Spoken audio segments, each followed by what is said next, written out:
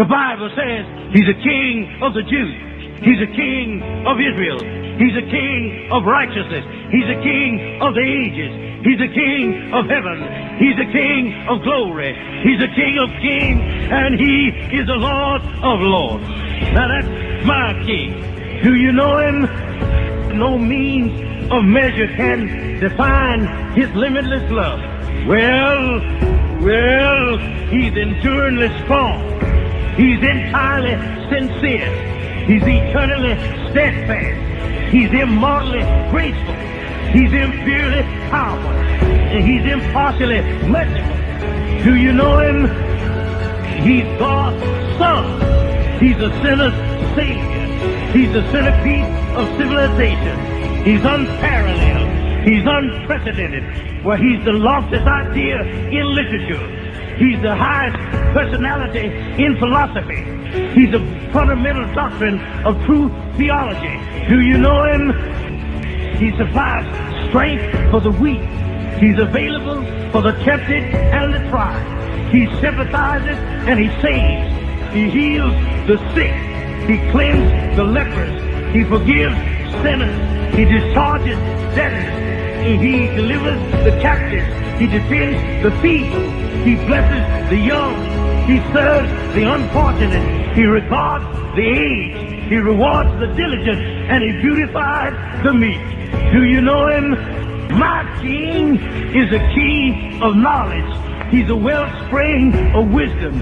He's a doorway of deliverance. He's a pathway of peace. He's a roadway of righteousness. He's a highway of holiness. He's a gateway of glory. Do you know him? His light is matchless. His goodness is limitless. His mercy is everlasting. His love never changes. His word is enough. His grace is sufficient. His reign is righteous. His yoke is easy and his burden is light. Well, I wish I could describe him to you, but he's indescribable. He's indescribable. Yeah. He's incomprehensible. He's invincible. He's irresistible. You can't get him out of your mouth. You can't get him off of your hand. You can't outlive him, and you can't live without him. Well, Pharisees couldn't stand him, but they found out they couldn't stop him. Pilate couldn't find any fault in him. Herod couldn't kill him. Death couldn't handle him, and the grave couldn't hold him. That's my king. Yeah! He always has been, and he always will be. I'm talking about he had no predecessor, and he'll have no successor. You can't impeach.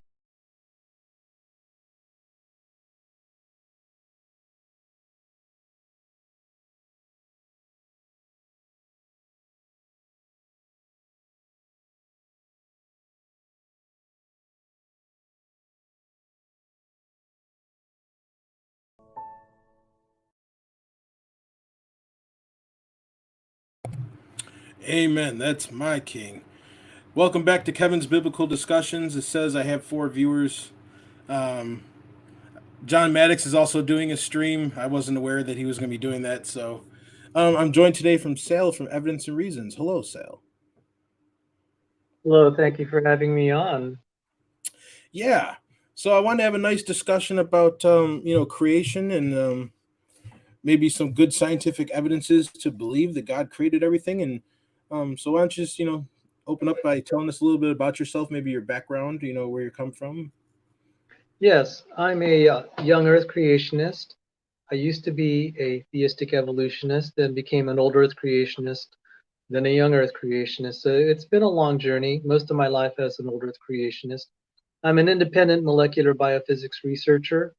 I had the privilege of working for about 7.5 years for Dr. John C. Sanford, who is a retired Cornell Ivy League research professor. He used to be an atheist, became a Christian, then became a theistic evolutionist, an old Earth creationist, and now is a young Earth creationist. He is a famous genetic engineer. He invented the gene gun, which improved crop yields and helped feed starving billions. For that accomplishment, his invention is in the Smithsonian National Museum of American History. So I've been Wow. yes, to be of service to him. I'm, as far as I know, as far as the YouTube creationist,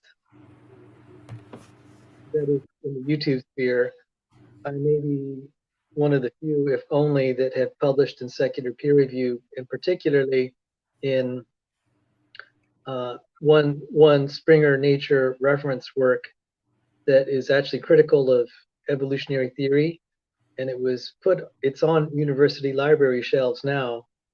So I've shared that on my channel. I was also, God answered a prayer miraculously.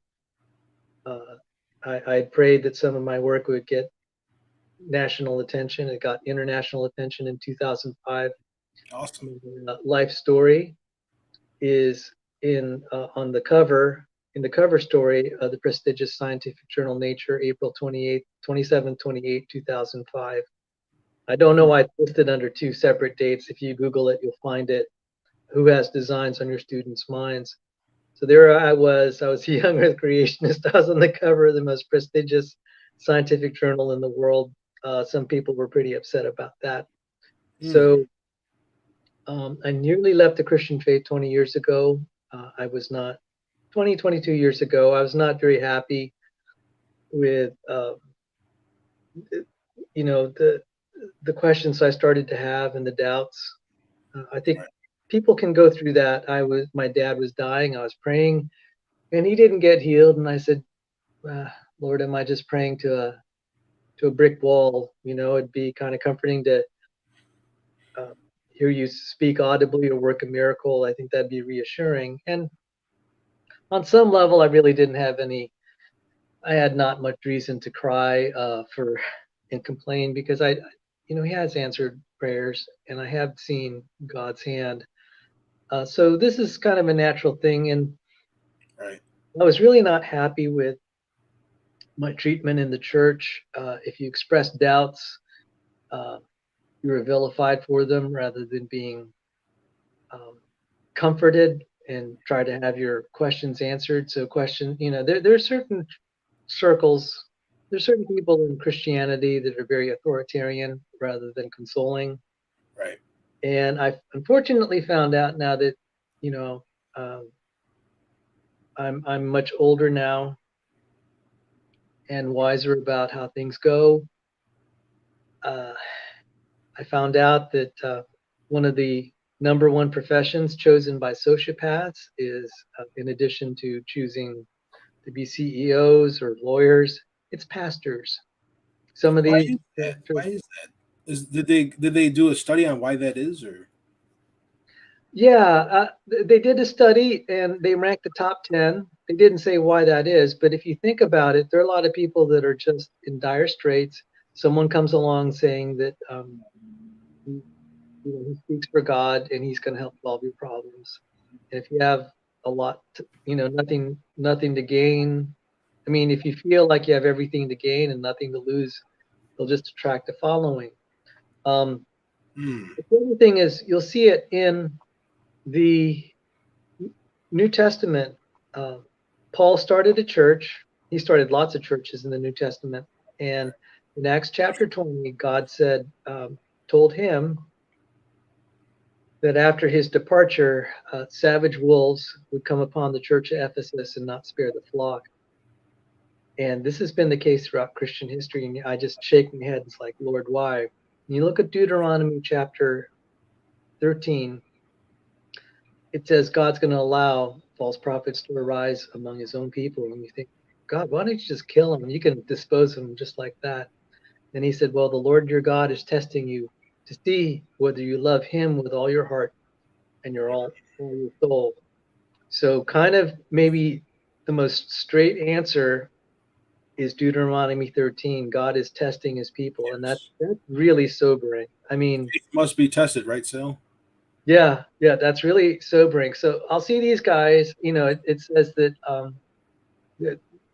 I don't know the specific verse, but these, it may have actually been in Acts 20. They're doing these things to draw disciples after them, not drawing disciples for the Lord. They're actually, they end up being leaders of personality cults. Right. And to some extent, even kind of just outside the biblical, the idea of spirituality, you see that the personality cults all over the place that are not necessarily religious. Right. You see celebrities, sports figures, politicians. Yep. And you really see this in politics. You see someone comes along, he's really charismatic, he's promising utopia, and he's a scoundrel. Yep. Yep. And so so you could probably put sociopaths, you could put like politicians and other things right there. They were just very charismatic, and people will just be willing to die for them, and they're just so deluded. Yeah. And the Lord's saying, I'm testing you. Gonna let it even happen in the church. And I'm seeing it happen in I'm seeing it happen in Christianity a lot. Yes. People putting human individuals or sociopaths above their commitment to Christ, and that's how cults start. Absolutely, Sal. And I'd also say, when Jesus was talking in John chapter 10, verses 4 and 5, he says he goes before the sheep. He leads the way for the sheep, and he says that his sheep flee from the voice of strangers, and they don't follow strangers. So by allowing false prophets to come in, I would think that another reason is that it's showing you who his followers are, like it separates the sheep and the goats. Yes, there is something even to that effect. God will allow these heretics in, and it'll start to distinguish who's exactly as you said. Right. And this then brings up the importance of physical evidence, because is one's faith built around personality, or is it built around the facts? Right. And this is in the New Testament times, when you had the apostles working miracles, it was pretty easy to see who was of the Lord, because God granted them signs and miracles, as it says in the New Testament, to confirm His word. So we have certain challenges here in the 21st century where, God has chosen not to necessarily operate in that way. Although I do believe, as I talk to people, that there have been people that have had miraculous answers to prayer, and I met one young lady who had been an agnostic, and she saw a miraculous answer to prayer for one of her dear friends. It affected her the rest of her life, and this raises tough theological questions. Why does God reveal Himself so powerfully in one person and not another? Why did God confront Paul on the road to Damascus and not everyone else? Why did God choose 500 chosen witnesses to testify of Him that saw Jesus after He rose from the dead? Jesus could have chosen to just walk right into the Sanhedrin and said, "Hey guys, testified me, I'm back." And He chose not to do business that way. And I think that troubled me a long time. And it says in Proverbs 25:2, it says, "It's the glory of God to conceal a matter. It's the glory of kings to search out a matter." And then also in the New Testament, the kingdom of heaven is like treasure hidden in the field. And it's like a merchant who's found treasure hidden in the field, and then he sold all that he had and bought that field. And there's a sense that God will sometimes, he makes it really easy, that if you really don't want to find Him, He's going to make it easy for you not to find Him, because the gate is wide and the path really easy, that leads to destruction, and the gate is narrow and the path hard that leads to life. What blew my mind, Sal, is I was reading the book of John earlier, right?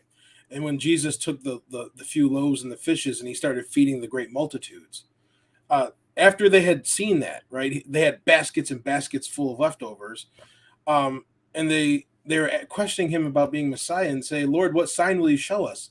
And it's like, I'm thinking, like, you guys, you just saw him take a few loaves of bread and some fish and was able to feed a great multitude, and you had leftovers. Is that not a sign? That's how blind some people are. It's crazy to me. So it's like, no matter what you show some people will always refuse to believe, and that's just reality, right? And I thought about it, and that's exactly right. And some of them, and I was naive enough, like say 3 or 4 years ago, to believe that they would, be reasonable. And some, then I just posted when I was seeing how I was dealing with, my interactions with them. I said, all right, if you had all the evidence that would prove to you that the Christian God is who he says he is, would you serve him? And they said, no, they'd rather go to hell. And I'm like, whoa. Yeah. And then the more that I asked it, the more that I got responses like that. I'm like, oh, so at least you kind of settled it for me, what's really in play. Yeah. And you're at least intellectually honest enough to say what the score really is. So then I began to get it. And so what does this whole thing about science have to do all about this? Okay, so on the one side, I'm being attacked by atheists. On the other side, by these pastors that are not very wholesome. And then I'm meeting all these Christians that really are very authoritarian and self-righteous. Yeah. They're not interested, some of them, many of them, in actually seeing you have your tough questions answered. They're very interested in trying to demonstrate that you're beneath them, that they're superior. And that's really scary. And it's only now in retrospect I'm discerning it. There's a very evil self-righteousness about it. And it's like, that's how a lot of the churches in the USA that I've been exposed to are run. And if that's representative of what's happening in the nation, it's like, no wonder we're losing so many of the young. You never really were caring about the truth in the first place. And I'm seeing more and more churches around the nation. I used to have a Baptist church in my old apartment where I used to live. They right up the road. If you checked out their doctrinal statements on their website, they don't take any hold on any particular doctrine. They just welcome everyone to come fellowship. And it's like, well, what's the point? You don't stand for anything. But they made sure they included we are trans friendly and all this stuff. But it's like so you don't stand for anything. So it's not a church. And I feel like this is part of the great falling away, or at least the start of it, where many will depart from the faith. Well, one thing is persecution does have a nice way of cleaning out the church. Yeah. And I mean, that's kind of hard to swallow, because I think, like a lot of, it's in our psyche to want happily ever after, and if not for ourselves, for certainly our loved ones and family, we don't like see them being persecuted. I mean, I really feel for the Christian martyrs around the world, and they have families they need to take care of, and they know if they sign up their children and loved ones to the Christian faith, it's persecution. Right. And yeah, I'm sorry I had to start out so negatively about Christian culture, or the culture that represents itself to be Christian, and you find out it's false. That's why the people have left. So how did this lead to science? Well, I'm writing a book, and God can lead someone back to faith in all sorts of ways. If you actually, I've done a study on how people were answered, how the apostles shared their faith, and there's actually no one size fits all. If you look at, like, I think it's Acts chapter 2, verse 22, how Peter tried to share the faith versus Paul on Mars Hill in Acts 17. And, you could take all the different acts is just very powerful. You could see a variety of ways that the gospel was shared. It's essentially, the same message about believing Christ rose from the dead. Well, they had a different culture at the time as well, because in Acts chapter 2, when Peter was preaching, they were primarily Jews. These were people that acknowledged that Yahweh was Yahweh. So he didn't have to, go through all the convincing of God, and they already accepted that. So he can go straight to Christ. In our culture today, it's the new wave. The cool thing to do is atheism, right? Where it's like, oh, there is no God. So it makes it more difficult for us in our culture than they had it in their culture. And it is different because sometimes, as I said, miracles are really abundant to them, because Peter was saying, hey, a lot, you saw all the miracles, and Right. and it, of course, they were pricked to the heart at that point. And I look at Acts 17, it's like that may have been a culture that didn't see Paul work a lot of miracles in front of them.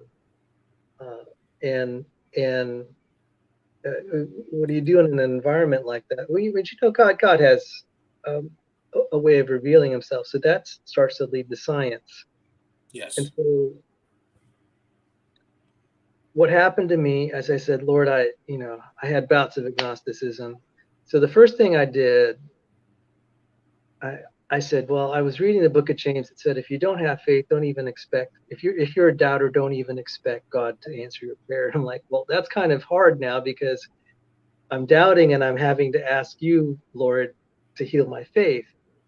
But it says in your word that not to expect anything. But I continued reading the book of James. And James 5:16 is the cure. You confess your faults before one another so that you may be healed. Amen. The fervent prayer of a righteous man availeth much. I said, that's the formula. I said, you know what? If God will not respect my prayer, he'll respect the prayer of a righteous person. He'll respect the prayer of people if I confess. And I have encouraged people, they said, if you really mean business before the Lord, you're going to confess. That's right. Because when you come before the congregation and you say you don't have all the answers, you need help, you've humbled yourself before the Lord, you really mean business, that you're going to do that and say, I'm in bad straits. Right. I can't do this on my own. And for the first time, and I praise God for this, because up until that point, a lot of people were just like, they treated me like you're scum or whatever, and you're obviously sinning. That's why you doubt. And I just, first time that it happened where I said, I'm about ready to leave the faith. I need God to heal me. I don't have it in my power to believe. They just said, Sal, we love you. Be with us. We're praying for you. Sal, we love you. Be with us. We're praying for you. And this lasted for about 2 years. They didn't try to talk me into the faith. They just loved on me, accepted me, and were praying for me. And God could have used any number of means to bring me back into the faith. He chose to use the gift of science, as it says in Romans 1:18-20. God's eternal power, his divine nature are revealed in the things that are made. That's right. And that's what began to turn me around. I said, okay, at that time I had 3 science degrees. Oh yeah, I have 5 science degrees, including a master's in applied physics from Johns Hopkins, and then eventually a master's in unaccredited from the So FAA. you're a very educated man. Thank you. I try. I am looking to enter a PhD program somewhere, and because I now feel that that's my mission field. Yeah. And as I studied the scientific questions, this topic of intelligent design, I said, I think there could be a creator. In fact, it's being so obvious. Yeah. The other thing is, also at that time, I said I kind of loved I was hanging out with the atheists, and I was thinking, wow, this is refreshing, where I could actually ask tough questions, and I'm hated for it. You're actually welcomed for asking tough questions and expressing where you don't understand something. It's like, when I was in school, if I didn't understand something, I could ask questions, and it was welcomed. Right. But in the church, it's like you ask the tough question, you awful person. And of course, now I'm realizing that the dynamics of that, and those are churches you don't want to be a part of, or those are prayer groups you don't want to be a part of. Because it says in Jude, be merciful to those who doubt. And now looking back, that the way people were treating me were in violation of God's word. And that's why I know it's harsh for me to say that, but don't go to people like that, because they're sinning against God if they treat you that way. Right. And Well, people aren't perfect. They make mistakes. We're called sheep for a reason, right? Sheep are one of the dumbest animals. yeah. But they honestly, these people almost drove me out of the Christian faith. I'd be on the other side now. But what happened to me, and I think it was the answer to prayer of those people that were praying for me over those 2 years, was God started to show me. So it said, it's like that treasure hidden in the field. God has the evidence there, but you have to dig hard for it. You have to be willing to see it. Right. Otherwise, he's going to make it really, really easy. If you don't want to believe him, you won't. And there's an even more disturbing verse in 2 Thessalonians 2:11 and 12. God will allow spirits of delusion, strong delusion, to take hold of these sinners, so that they'll be damned who take pleasure in unrighteousness. And I'm like, holy smokes! So some of these people are so far gone, and they've already shaken their hand at God and said they'd rather go to hell than serve him. And God's going to say, hey, I'm going to help the process here. I'm going to make sure you go where you declare you want to go. And that's kind of scary. So, so this thing about using science, it's not really using science. Science is a gift that God gave us, a lens to see his eternal power and divine nature through the things that are made. Right. And I began to study that, and I think that there has to be a creator. Now, I began to find out, as I was even in this long journey since, that a lot of people that came from non-Christian homes or who had already renounced the faith came back when they studied the complexity of the cell. So one of my favorite stories on the Bread of Life channel, Rebecca Davis, she's a frequent co-host. Just for the record, I have all sorts of people that I work with that I don't necessarily agree with theologically. Right. One thing she is really good at is just getting people to talk. And she got someone named Matt Bilyeu, who's an old Earth creationist. I'm a young Earth creationist, but he had a beautiful testimony. So, Sal, I'll let you finish. I want to get back to that, though. So if I had to ask you for your strongest reasons that you believe the Earth is young, we'll get to that. But what would you say were your top 5, scientific facts that you think help prove the Earth is young? And then maybe we can also get into some of the other stuff, like you're talking about the cell. You want to get more into about the cell too. I think that'd be interesting. I'd rather start off with the strongest evidences for creation, because the strongest evidences for creation would be those that both the young Earth and old Earth creationists accept. So that's why I would start with that. The young Earth creationism is a lot harder, and it's so what'll happen is you'll have people like at the Discovery Institute agree with the Institute of Creation Research. So a lot of people in the Discovery Institute are old Earth creationists, or even some of them believe in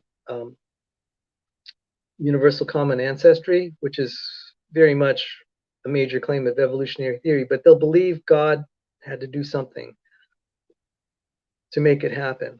And so I began with the complexity of the cell. Then we can get to the young Earth arguments. But so for the complexity of cell, so I was talking about Matt Bilyeu, who was interviewed on Rebecca Davis's channel, and he's an old Earth creationist, and he said, well, he was raised in a Christian home, and around high school he had already renounced his Christian faith. He went off to college to study biology, and the professors there were diehard evolutionists, and one of them said, one of the professors said, well, today, I know some of you may be Christians, but today, I'm going to teach you the truth. Evolution is fact. And so this young man, Fazel Rana, who was already an atheist, he said, even though he believed in evolution too, he thought that was kind of rude and presumptuous and dogmatic, not necessarily scientific, and really very insulting and insensitive. But he accepted it. He was already an atheist. Right. By his fourth year of biology studies, he was studying the cell membrane, and he said to himself, "Everything my professors have told me about evolution is false.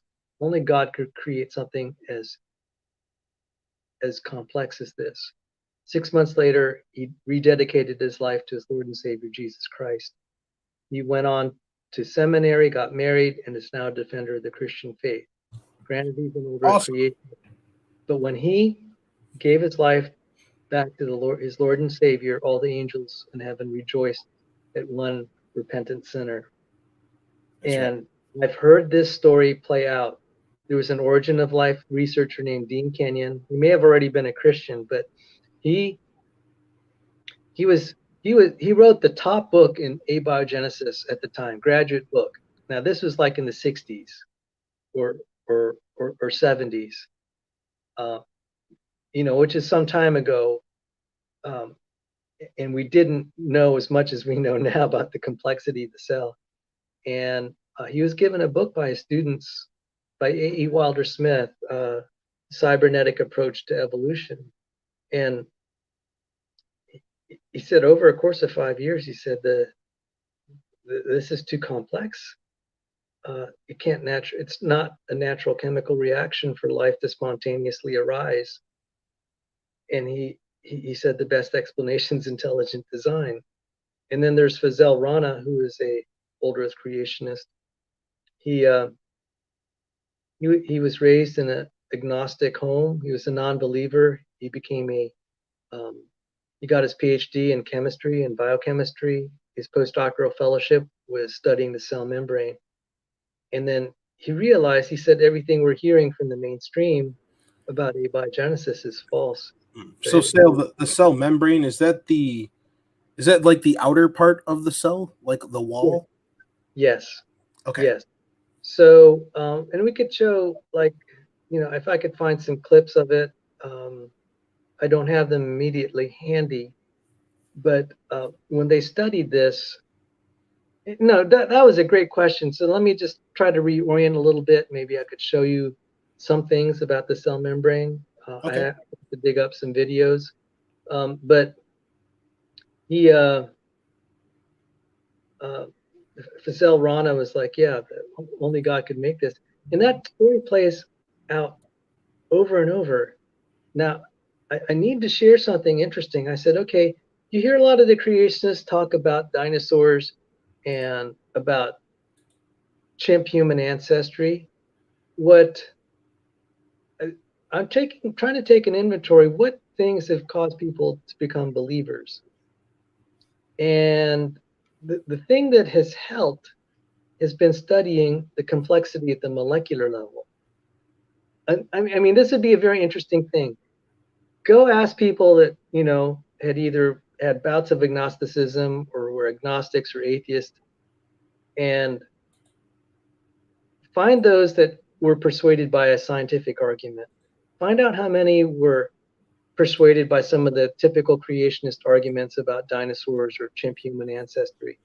I don't think it's not been my experience. I've not met a single one, but the ones that had the most radical conversion has been studying like what you're depicting there. So let me look at this here. Yeah, I just Google search for cell walls, cell membrane. And this is I don't know if there's any better ones you prefer. I just grabbing a random photo here because I'm no scientist. I don't know much about cells. I remember learning about the nucleus and the DNA and stuff, protein. Right. Let me okay. All right, let me walk you through this a little bit. Okay, this looks like junk, but do you see it says there channel protein? Yes. Okay.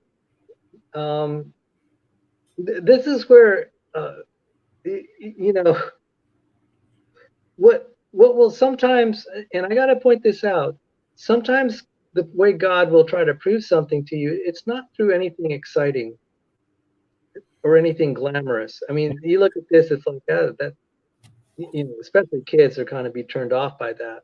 Like, ooh, that's Right. gross. You Yeah, know? I hated science class when I was a kid. So, uh, um, but what ends up happening, particularly for medical researchers, they're trying to basically repair what's broken. Mm-hmm. And part of repairing what's broken is you realize how complicated something is that had to be to put it together. So a lot of people in the medical profession are Christians or believers in some sort of deity because this is so complicated because they're trying to repair it. So let's uh, let me see if I could drop a. I don't know how to drop a link to you. I So would have to come in through my you want to screen share something? Yeah, I have to come in through another account because my Android phone is what's generating the audio and video. Okay.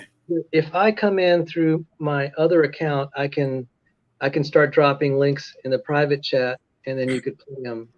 So Okay. just give me a moment. And why don't you, if you could fill out some time and talk while I'm trying to get this set up, Sure. that'd be helpful. Yeah, say hello to Kelvy and Paul so far. I don't know who the other viewers are that are watching, but they haven't commented yet. But what's up, guys? If you guys have any questions for Sal, go ahead and drop them in the chat. And after he's done explaining the stuff about the cell and some more of his evidences, then maybe we'll answer some questions. If you guys have questions for Sal. How's everyone's day going so far? Kelby, I saw that you put a video earlier. I haven't watched it yet, but I did comment that I said I would watch it. I saved it to my watch later, so I will watch the video you put out earlier.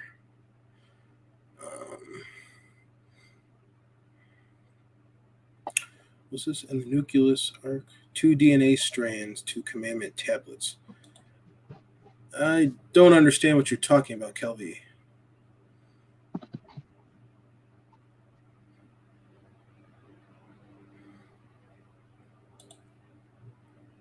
Surprised Graham hasn't showed up yet. He's usually always in the chat.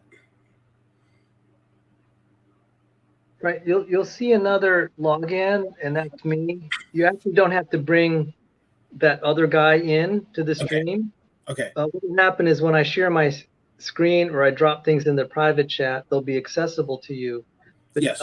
we don't have to crowd the screen with another. Okay, so you'll see it under Sal KW. So Yep. now let me try to get some. Your computer might actually be higher performance than me. And so I might just drop stuff in the private chat that I already know has been, YouTube won't usually whack you for a copyright Okay, cool. type stream. So, okay, so.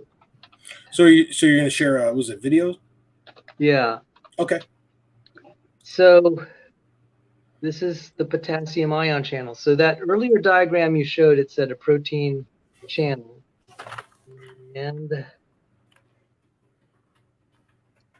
let me just make sure I'm giving you the right one here. And Cheryl says hello, Sal. Oh, greetings, Cheryl.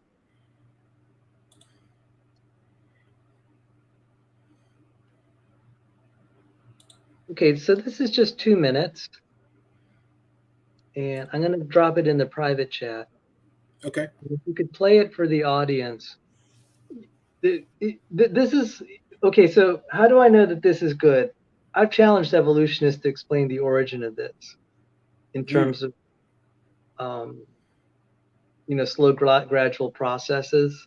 Yeah. I don't get a lot of challenges. I don't get a lot of, they may cite papers that say this is how it evolved. And I say, well, that's just an assertion. Why don't you give a mechanical description of what came first and why it came first and how the cell was able to be alive when it didn't exist? Because if the cell's instantly dead, without it, it's not going to evolve. And so I look at certain things like that. So the potassium ion channel is probably one of those. And if it's not, I can find another one called the topoisomerase. So so this is a membrane protein, and I dropped it in the private chat if you want to play it. It's only 2 minutes Yes. long.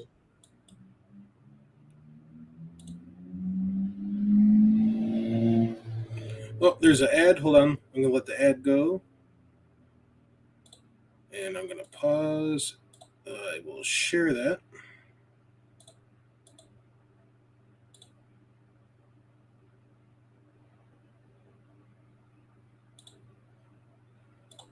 Okay.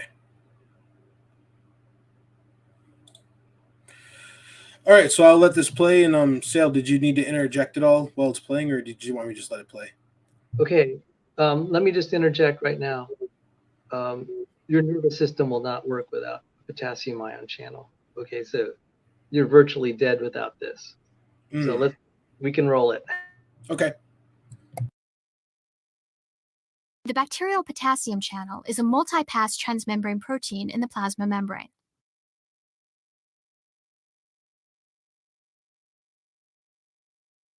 It is built from 4 identical subunits that are arranged symmetrically. A pore in the center of the protein allows selective passage of potassium ions across the membrane. 4 rigid protein loops, one contributed by each subunit, form a selectivity filter at the narrowest part of the pore. This structure is responsible for the channel's high degree of selectivity for potassium ions over sodium ions.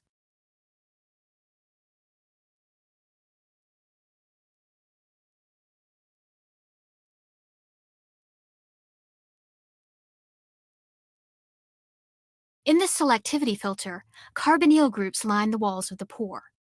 These carbonyl groups are spaced precisely to interact with an unsolvated potassium ion, balancing the energy required to remove its hydration shell. Passage of a sodium ion through the channel is energetically unfavorable because the sodium is too small for optimal interaction with the carbonyl groups.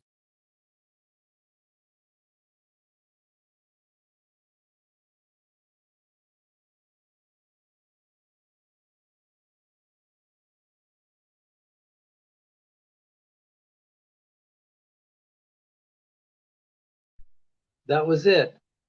Okay, so what are we watching here?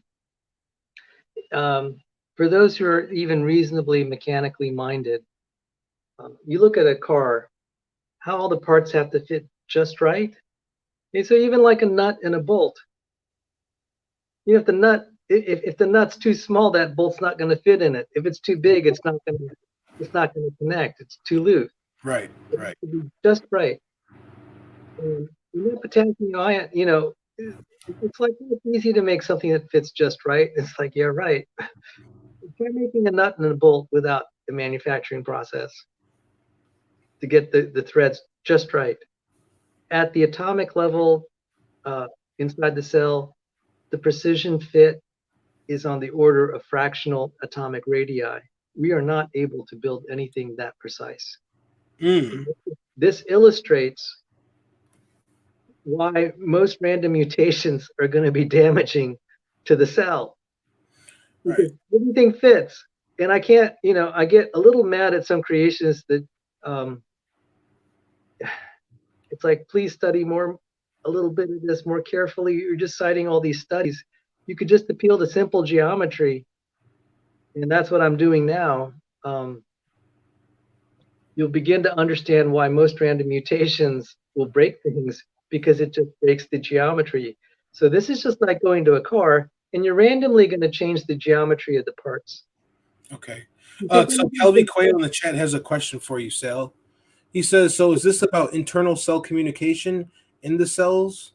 Think like we do?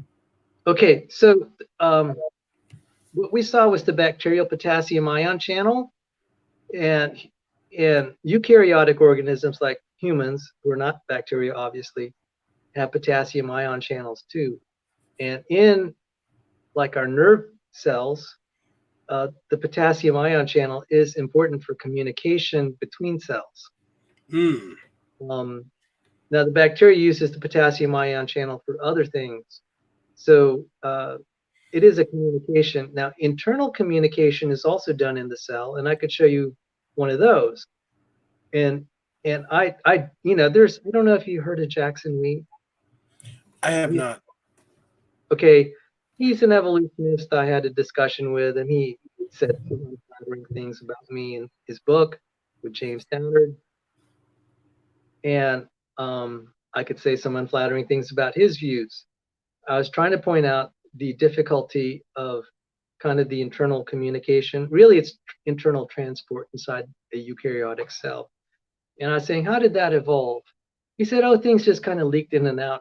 I just wanted to say, dude, you need to go study cellular biology. This doesn't work. So can you show a picture of a eukaryotic cell? Just EUKARY, eukaryotic. Why don't I get you a picture? Hang on, since I could do the private chat. Give me one moment. Eukaryotic cell. Hang on, I'm going to get you a picture here. I think I found some. I can, yeah, I'll share this. I'm not 100% sure what I'm looking at, but so here, is this what you're talking about?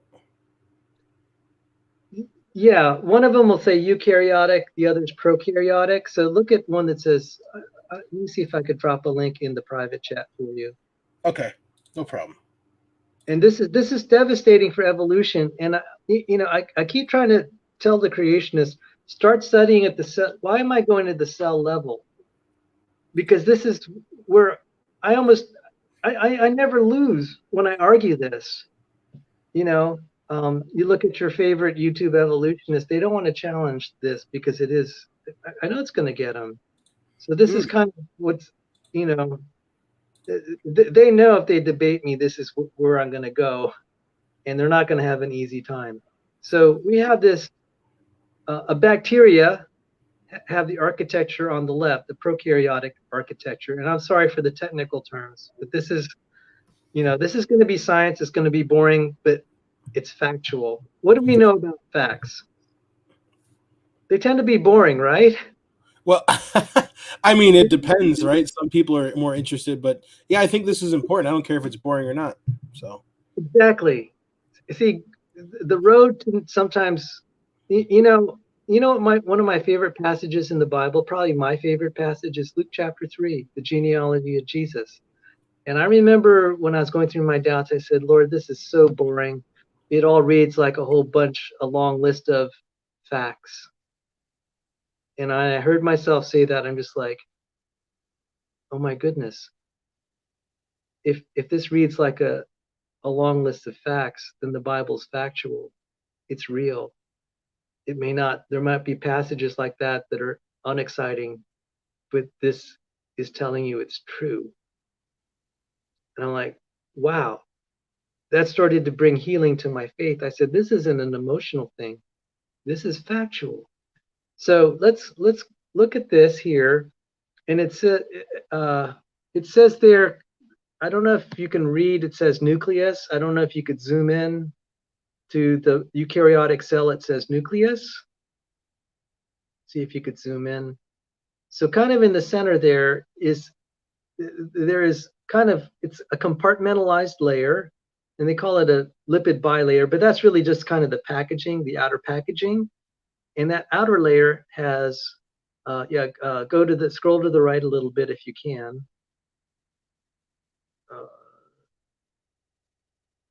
If you go down, there's a scroll bar there. You see the scroll bar at the very, and just go to the right and then a little up. See, it says nucleus and nucleolus. So you see that it's kind of like, it's actually kind of almost like a cell within a cell. It has a membrane in it, and stuff has to go in and out in a very controlled fashion. And so why don't I give you, so just bear that in mind. And now let me see if I could find one.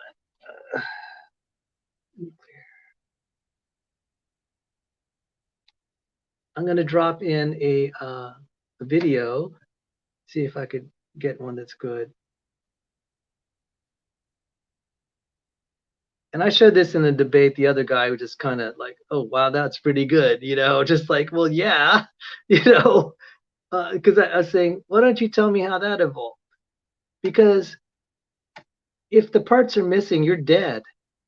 There's no more natural selection. There's no more further evolution. It all has to be there. Right. This is not how evolution worked. And I'll say, okay, then why don't you tell me how evolution worked rather than just asserting it? Because you keep saying I don't understand. Apparently, you don't understand how evolution works either. So it's just a face statement on your part. It doesn't really agree with anything, rational. Right. In terms of the mechanics of it. This is like saying, how do you have a car running without spark plugs, if that's the way the rest of the car is built. So let me drop this in. This is a 4-minute video. Okay. So it's going to describe how things go in and out of that nucleus. So you could see the nucleus is there. There's stuff inside the nucleus, and then there's stuff outside. It needs to be a flow in and out in a controlled fashion to allow this. So this is a 4-minute video. And this also shows the difficulty of building membranes because you have to have a means of controlling things going in and out. And this is only just kind of a gross simplification. As complex as this looks, it's pretty complicated. All right, I will play it.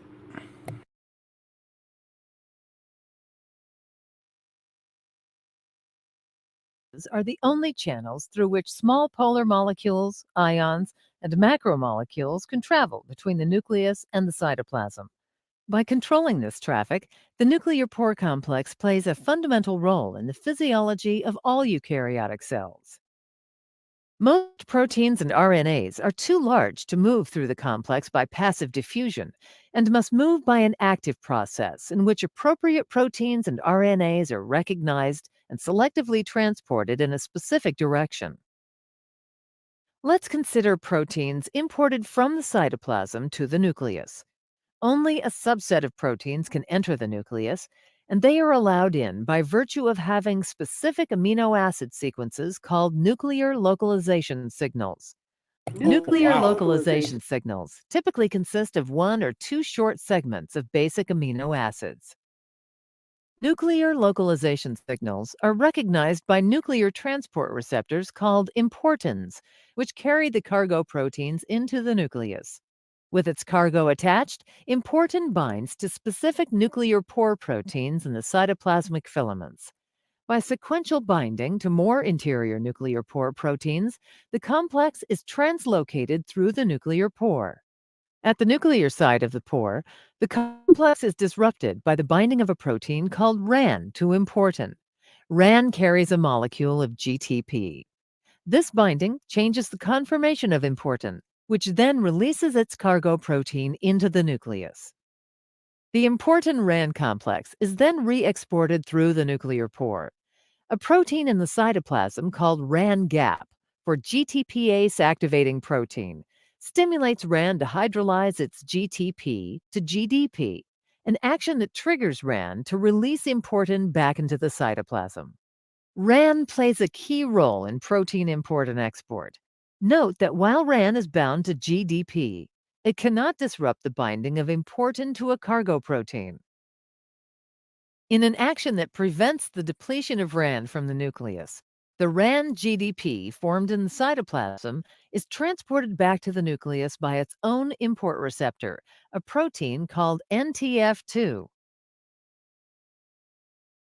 In the nucleus, another protein called RAN-GEF, for guanine nucleotide exchange factor, stimulates RAN-GDP to release its GDP and pick up GTP. In this form, RAN-GTP can disrupt the binding of importin and its cargo, triggering the release of the cargo in the nucleus. By the actions of RAN-GEF, found only in the nucleus, and RAN-GAP, found only in the cytoplasm, a steep gradient of RAN-GTP and RAN-GDP is maintained across the nuclear membrane, with RAN-GTP inside the nucleus and RAN-GDP in the cytoplasm. Similar to imported proteins, proteins are targeted for export from the nucleus by specific amino acid sequences called nuclear export signals. Nuclear export signals are recognized by receptors within the nucleus called exportins. which direct protein transport through the nuclear pore complex to the cytoplasm. RAN-GTP promotes the formation of stable complexes between exportins and their cargo proteins. Note that this same form of RAN does the opposite for importins and their cargoes. The effect of RAN-GTP binding on exportins dictates the movement of proteins containing nuclear export signals from the nucleus to the cytoplasm. Following transport to the cytosolic side of the nuclear envelope, GTP hydrolysis and release of RAN-GDP leads to dissociation of the cargo protein, which is released into the cytoplasm. Exportins are then recycled through the nuclear pore complex for reuse. Now, there were a lot of terms there, but the animation, try not to get bogged down in the terminology. If you're reading a biochemistry textbook, it's going to put you to sleep. But when you see that animation, you realize, oh my goodness, so much has to go right for this to work. Otherwise, you'd be dead. So, Sal, that video we just watched, is that a process that every nucleus of every cell in our body does? Yeah, and you got 1 trillion of those because you have 1 trillion. You have 100 trillion cells in your body. Yeah. You'd be dead if this weren't working in all 100 trillion cells, Wow, or at least that's most of them. amazing. So that's just what one cell does. One Like not even the whole eukaryotic. cell, just the nucleus, right? Right. Now you have blood cells that don't have a nucleus. That's another story. But most of the cells in your body have that architecture. And do you see, just in the space of even an hour, and we had like a 20-minute theological discussion. But how many Sunday schools will give you this? What 40 minutes could do to someone? And I've been to a church. I was a little frustrated. All the pastor wanted to do to help people with their faith is just give more of his preaching. I'm just like, you need to give them stuff like this. These kids are going to go to school. They're going to be confronted. Why don't you give them some? Yeah, it's an alarming statistic that people that have been raised in Christian households, they graduate high school and they go off to a secular college. I think it's like a 30 or 40% turnaround rate where people claim that they were once Christian and now they don't believe anymore. They're unsure because of their science professors in their secular universities. Yeah, and that's why I'm very passionate about what I do, because I've talked to some of these. Again, you'll have, sadly, that segment that says they've gotten to the point they'd rather go to hell than serve the Christian God, and some of these came from Christian homes. I can't help that, but there are a lot, sadly, some Christians that want to believe, and no one's ever taught them in church. All they got taught was the Bible. And I'm like, churches think that the way we best serve people is to teach them the Bible and only the Bible to help them believe. To some extent, yeah, it's like faith comes by hearing and hearing by the word of God. But what I'm trying to say is that's a necessary but not necessarily a sufficient condition. What do the scriptures have to say about it? First of all, look at Acts 17. But then look at John 10:38. Jesus said, if you don't believe me, believe the works. So he understands you could be in a situation you don't even regard the word of God as true. He gives a recipe. He anticipates, he knows human nature, but study the works so that you may believe in eternal life. So in the New Testament, it's different than the 21st, but there's still a principle we could extend. Those people had witnessed his miracles, and he's saying, just look at what I did, and you'll believe. And then now in the 21st century, God has left a mark that he's there, according to Romans 1:18 through 20. Absolutely. And he said, this is so powerful, you're without excuse. And so I show this to some of these people that are hardened of hearts, and God is witnessing, hey, you have no excuse now. You've been witnessed to, and there are guys like Jackson Wheat who actually know biology. It's like, you've been witnessed to, and you're still closing your eyes. All that stuff, Jackson Wheat and James Downard study dinosaurs and the fossil record. I said, okay, how does the fossil record explain the origin of this? You tell me. How does all that evolutionary theory and your fossil progression, how does it explain what you just saw? Of course, I know they're not going to have any answer. And they'll say, well, that's so far back, we don't have any fossils for that, so we can't explain it. It's just like, okay, so that's a statement of faith. Is that right? You actually can't demonstrate. You can't extrapolate from your little evolutionary, transitionals that you claim happen. You can't extrapolate that to explain this complexity.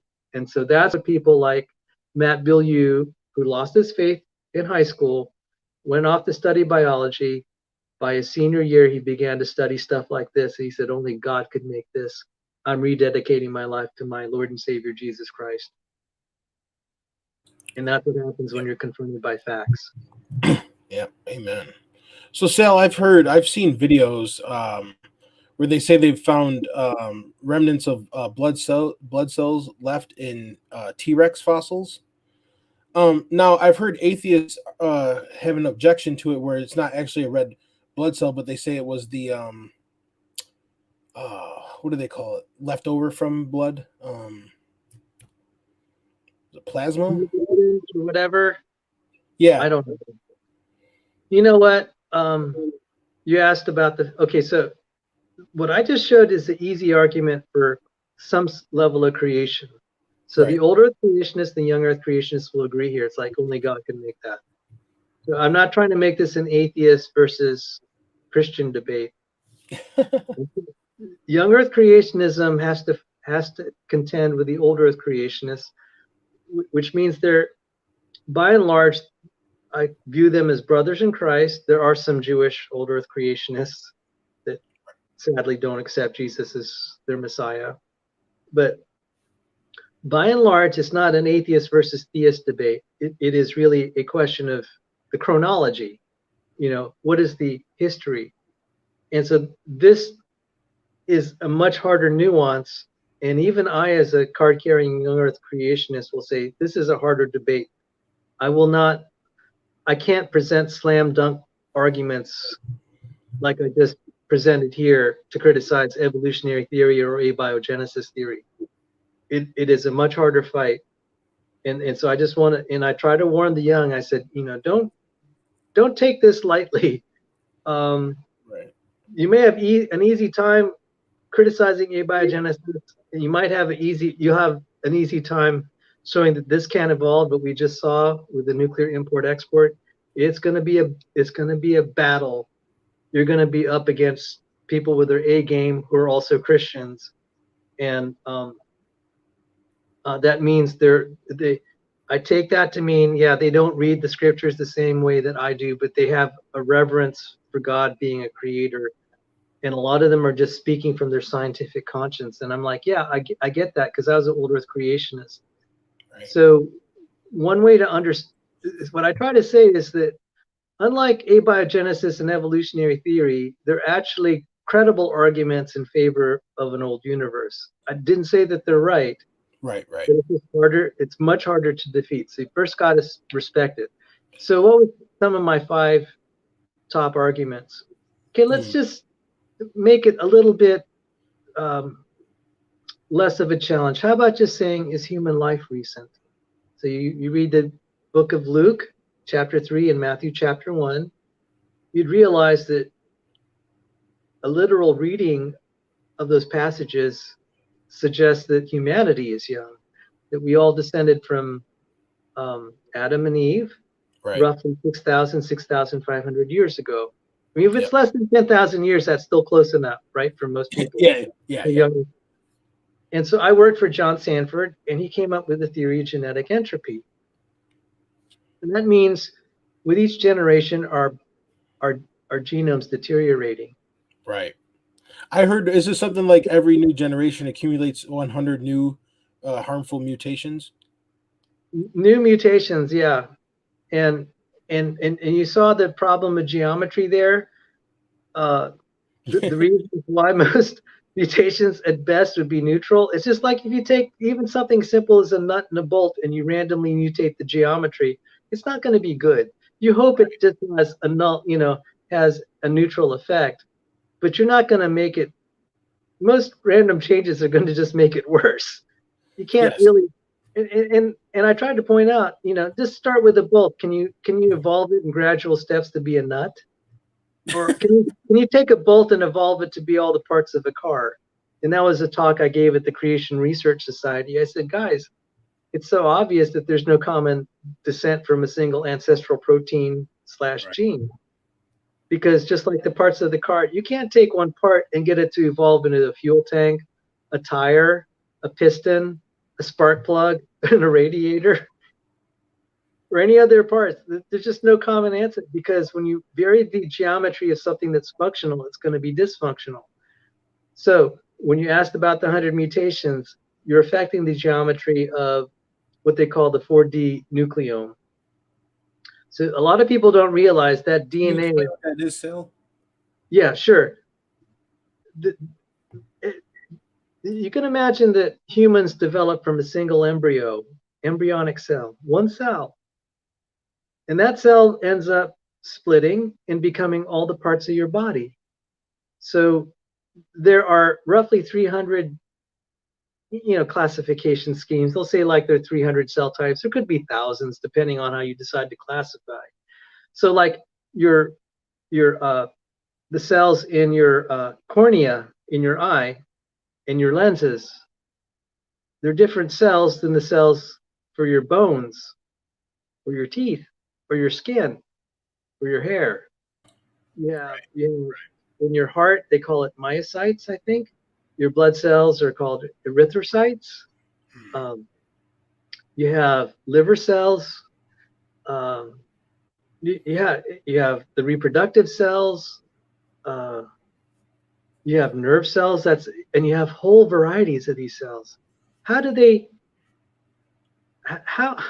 they just kind of change themselves like that? And it's because what they call regulation. It's just kind of like a recipe. Like when you're making a recipe, like you have a shelf of ingredients.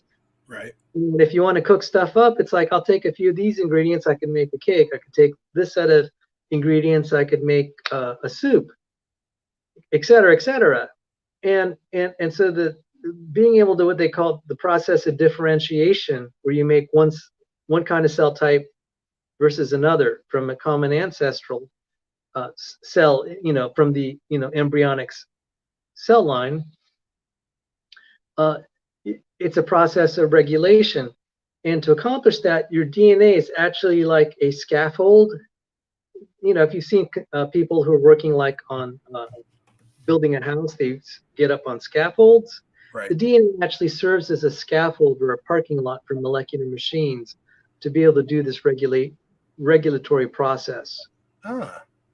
Yeah. And so they call that the 4D nucleome, where the DNA kind of just changes its shape and allows different machines to park on it, its parking lots, or builds different kinds of scaffolds. Because some of the old way of viewing DNA, it's like, well, that's just a blueprint to make proteins. It's way more than that. It is a dynamic machine that can reconfigure its shape, its three-dimensional shape over time, within the lifetime of a cell or whatever, to do regulation. So they call this the 4D nucleome, because it changes shape in 3D over time. And that's how cells have, you get differentiation in the different kinds of cell types. How that orchestrated is, we're only beginning to touch the tip of the iceberg on how this works. It is so amazingly complex. So when you have all these 100 mutations that you were talking about, it's going to affect the functioning of that 4D nucleome process. And your genome is about 4 billion base pairs, DNA, basically pieces of DNA, what we call nucleotides. You put the nucleotides together, they make DNA. So 3.3 gigabases. So say you damage 100, it's like, well, most of the time it's not, it's kind of survivable. It's like if you take a drill and just randomly start drilling pieces of your house, it's detrimental, but your house is most likely gonna keep holding together unless you hit a critical point. And So it starts to accumulate. But what do we know? First thing we're finding out, and evolutionists are very reluctant to admit this, and some of them just never get it. What happens in nature is what's often selected for is, what they call natural selection. I call it differential reproductive success. That's a more accurate term. It's something that has lost capability. So let's give an example. And some of the evolutionists don't like me pointing this out. On average, very intelligent, high IQ women have less children. There's actually a very high incidence of childlessness. So that means the smartest women are not passing on their genes. Right. And there's been a slow drop in intelligence over time. And I said, do you see, Darwinian evolution doesn't work the way you think it does. Because if it's about making more babies, you get these less intelligent women just sprouting like rabbits. I mean, and the very gifted ones don't make as many kids. And that's just a tiny example. We see this in all sorts of biological systems. We really found it out in Lenski's. You keep hearing about Lenski's long-term evolution experiment. The acronym is LTEE. And they are celebrating this in science journals and say, look, evolution works, evolution works. And Michael Behe and the ID proponents like myself, I'm a young Earth creationist and also an ID proponent, we were laughing. Because there was a 2017 paper a lot of people ignored. It said the genome decays despite fitness gains. So fitness is just the amount of reproductive success, just having more and more babies, so to speak. But the genome was decaying. Just like you think about these women, the IQ of the population keeps going down, but they're reproducing like rabbits. I'm sorry to be kind of crass like that, but yeah, that's happened at the bacterial level. It's like you really didn't make anything substantially new. If anything, the reason this is working so well, quote unquote, in terms of reproductive success is you're damaging the genome. So why would this happen? It's just like a hitchhiker who's really loaded up and he wants to get to the top of the mountain faster. Well, he just starts dropping all his equipment and he's lighter. And that'll work well until he encounters an environmental challenge, Right. So he's basically losing versatility. So when he's dumping off his equipment, it's like, just like a car, it has a spare tire. You want to lighten the car a little bit, you dump off the spare tire. Well, particularly for like this hitchhiker, he could dump a lot of equipment. It's like, that blanket's kind of heavy. It's a warm day. I'm going to get to where I want to go faster. I'm going to dump all my winter equipment. Now I'm light. I'm moving fast. Life is great until you get cold weather. Mm-hmm. And so what we're finding is with these genomes, they adapt to their environment at the cost of losing versatility for other environments. They become so specialized in that environment. If there's an environmental change, they're toast. So it's a genetic loss of information. Absolutely. And I'm like, guys, and I could show you diagrams of what they call pangenomes, and that's kind of complex, but I'll argue with the evolutionists. I'll say, do you see how reproductive success actually works? You're losing function. And I have proof of it. It's staring you in the face and you're ignoring it. It's like, okay, I did my job. I witnessed to you. If you don't want to bow down before your creator, that's up to you. This is science at this point. What have I said that is not observable, even under your microscopes and all your genetic sequencing? So that was a long answer to what was my first evidence of a young Earth. Evolutionists themselves who studied human evolution, one of them at the NIH, Alexei Kondrashov, who actually worked with my professor there, Alexei Kondrashov said, why have we not died 100 times over? Why have we not died 100 times over? If we consider how we're deteriorating genetically, why haven't we died? And I'm just like, yeah, that's what I'm thinking too. And I'd say, well, have you considered that maybe, I mean, I'm just thinking rhetorically here, have you considered that maybe we haven't been around as a human race for very long? That would Right. say that, wouldn't it? Mm-hmm. So that was the first thing. And that would also explain like the long ages of the patriarchs, like Adam lived 930 years, Methuselah 969. But at the rate we are accumulating genetic mutations and we're losing so much information, I mean, if you had to give an estimate, how many generations of humans do you think we could actually keep going and still being able to like function and reproduce? Like, would you say we have maybe another 1,000 years, if that, or less? Okay, I'll tell you what an evolutionist said. A lot of them have said 100 to 200,000 years, and it's like, oh, that's a long time. Relative to geological time, that's not a lot.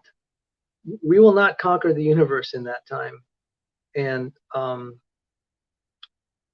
you know, human nature has shown itself not to even solve its own trivial problems. They're letting, I mean, it's really sad. You let these tyrants like Putin and Stalin and Mao, uh, and now these guys have nuclear weapons. I'm not very hopeful um, that we'll continue as a human race and that we'll be able to solve. The other thing is solving genetic problems. We can't. Uh, it, there are a lot of problems why we can't re-engineer our own genomes. Not the least of which is even if we tinkered. From experience, we know that for every one success, we might have hundreds of failures. What are you going to do with all the kids that you've re-engineered and you've misfired? You could have hundreds of them that have birth defects for every one that you supposedly improved. So that's the first problem. I mean, how are you going to? I don't know that any woman would be wanting to have 100 kids just to make one improved kid. Okay, despite the advertisement that they can do it, I'm just like there are mechanical problems to it. So, and we might the Earth. Okay, so this leads to the second question. So let's just say 200,000 years. Okay. This is not very promising, and on the way there, we're going to get dumber and sicker. Right. So, I mean, they might be reproducing, but you know, they'll be as dumb as a jellyfish. You know. Yeah. I mean, I try to say, guys, you ought to be getting on your knees and asking for God's mercy, because as a human race, we're not going to last long. Even you atheists, I ask some of them, what do you think the prospects of the human race are? You all have been complaining about climate change and Armageddon, and it's like, even you don't believe we're going to last that long. And by the way, I'm going to have something to say about climate change in a little bit. But I said, stop thinking that science is going to be your salvation. You're not going to be able to save yourself. That's right. There's no salvation in your human science. There's no salvation in evolutionary theory or abiogenesis. What are you guys doing? Well, abiogenesis is unscientific anyway. Material can't just generate itself. That's ridiculous. And how are you going to find salvation in that? Ought you not to be getting on your knees and asking God for mercy on your soul? I mean, you think about it. And that's what got me into Christianity when I nearly left. It got me back. I asked the atheists, what do you live for? And they had no good answer. They said, well, you just make your own meaning. I'm just like, well, that's not very helpful. No. So you're going to experience, what experiment now are you going to give me that's going to tell me what the right way to live is? And suddenly you have no scientific answers. And so that's, you know, so that is both kind of a young life creationism, which is kind of friendly to young Earth. We can't have been here very long. So now about climate change. The magnetic field, okay, independent of whether we think we're contributing to global warming or climate change because of carbon emissions, I'll give you something more sober. You can just go to the Wikipedia entry. Why don't I do it for everyone here, just so you could see I'm not making this up. And so this is the Wikipedia entry on Earth's magnetic field.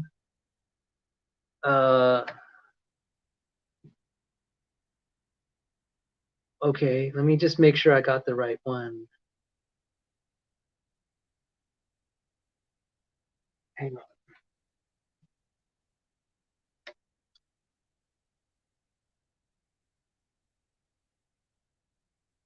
Guys, any questions for Sal? Leave them in the chat, and I'll make sure he gets them.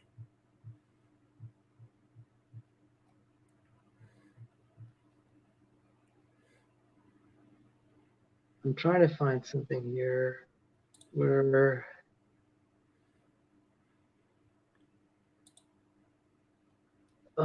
they may have changed the.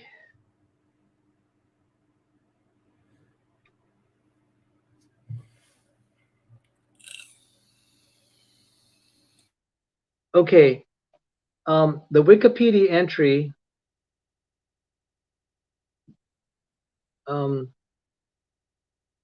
I had one on the Earth's magnetic field, and I may have lost the exact reference, but if you just let me drop this in the. Can I share my screen? Yes, you can. And we'll let me look at this here. And okay. So I think you can bring it up if you can. So this is about the Earth's magnetic field, and the entry in Wikipedia is the Earth's magnetic field. And I'm gonna look at the word decay. The Earth's magnetic field has decreased. It's repeatedly measured since then, showing a relative decay of about 10% over the last 150 years. Let me just Google. This is going to have implications.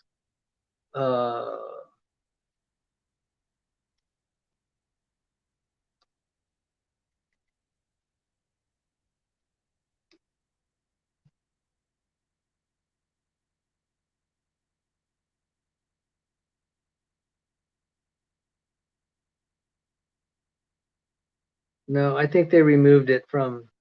They had a nice Wikipedia entry that was saying that it's disappearing. So let's see if I'll try one more. 1600. I'll try it one more time. Apologies to the reader. Okay, here it is. The direction and intensity of the dipole change over time. Dipole is like north and south pole, okay? Over the last 2 centuries, the dipole strength has been decreasing at a rate of about 6.3% per century. At this rate of decrease, the field would be negligible in about 1600 years. Now they go on to say the strength has been about average for the last 7,000 years, and the current rate of change is not that unusual.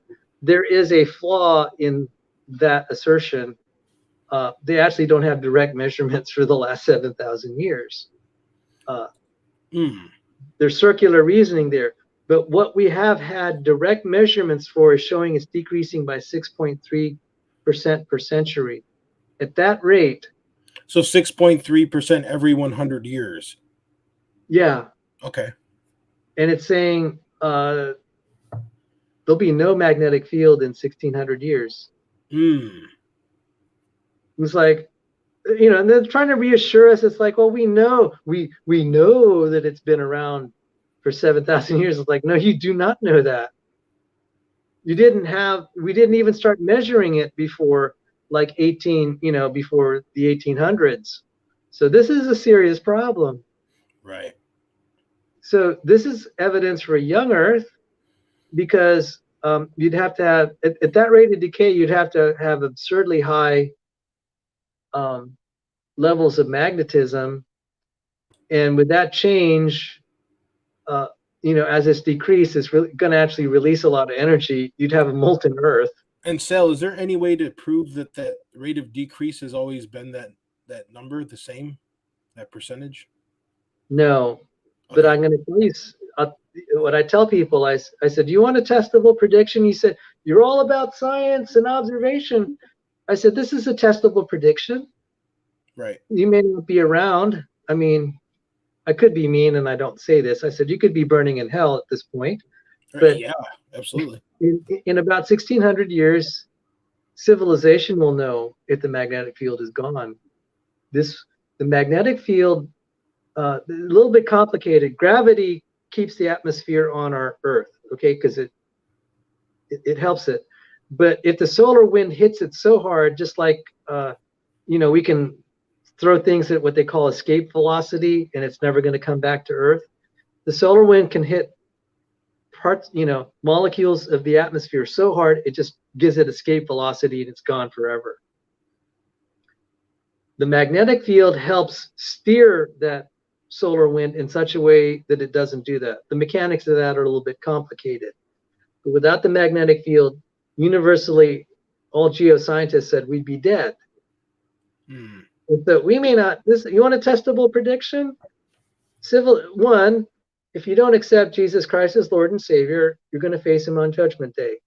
So you'll find out one way or the other. And if you want something more immediate, how about, in 1600 years, we're going to see this decay. And we're finding out that the planetary magnetic fields are also decaying in our lifetime.